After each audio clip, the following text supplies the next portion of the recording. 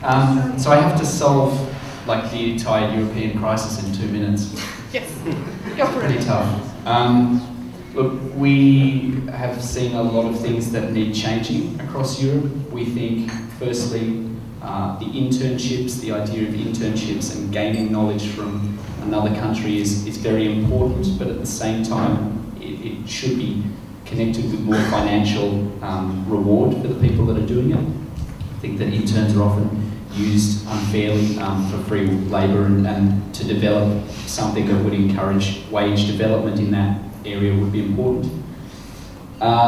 We'd also, similar to what Magda was saying, would like to push for more fair national reporting on European matters. So that would involve, I suppose, papers looking at not just economic aspects of the EU, but also looking at cultural interchange and also language issues, all sorts of sports, everything that might be positive about the EU, and that fair national reporting by journalists, since journalists play such a role in image building, would be something very important.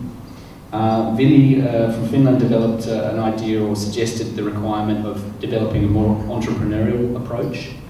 Sorry, I keep pumping into this microphone. Developing a more entrepreneurial approach, and that starts with the individual, not necessarily with government grants, but encouraging the individual to get up, do more, invest in his or her own skill set. And that can be as simple as just exchanging with someone you meet today who's an expert for something, for startup companies, and keeping in contact with them. It starts with the individual.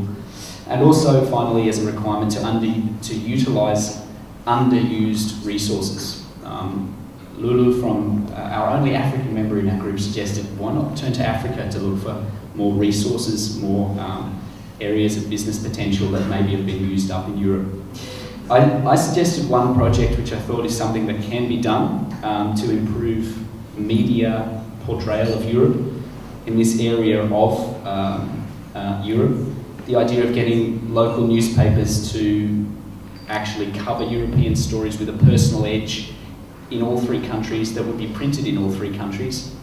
Personal stories that are positive, that is something we don't read very much about Europe at the moment, and should be something with 3 or 4 newspapers or TV stations in the area that could be something that could be eventually fulfilled. That's all from us.